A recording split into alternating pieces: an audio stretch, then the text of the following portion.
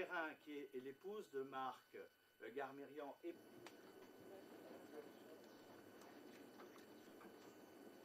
Marc a travaillé sur cette affaire exclusivement en qualité de journaliste. Et qu'un journaliste qui couvre un événement ne peut et ne doit jamais être confondu avec l'événement, et a fortiori ne peut et ne doit jamais être considéré comme complice, ni juridiquement, ni moralement, avec l'événement qu'il couvre. Donc il y a un distinguo à faire.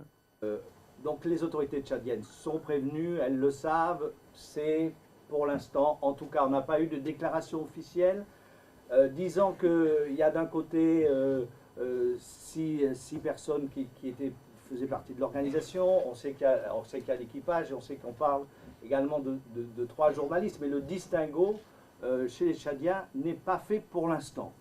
On souhaite qu'il se fasse peut-être au moment où le procureur ou le juge d'instruction interviendra. On le souhaite.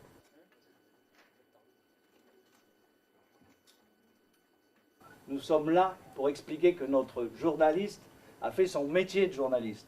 On n'est pas là pour juger sur le fond cette affaire. D'autres le feront.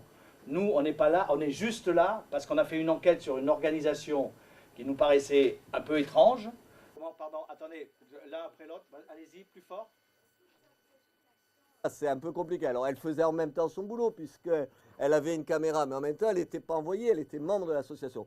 Comme quoi, des fois, la confusion des genres, ça ne facilite pas la tâche. On va, nous, évidemment, pour Marc et son confrère photographe, il n'y avait pas l'ombre d'un doute, on se mobilisait tout. Elle, on en a parlé, on va essayer de plaider sa cause, tout en disant, si on veut, comme tu le dis, bien expliquer qu'il y a des gens qui font leur métier, qui rendent compte d'une situation et d'autres qui sont partie prenante d'une aventure qu'on taxera comme on voudra, les choses sont un peu plus compliquées la concernant elle. Donc, vous citiez le nom de Marc Garmirian à chaque fois que vous pouvez le faire, parce que voilà, l'enjeu est lourd quand même, les condamnations sont...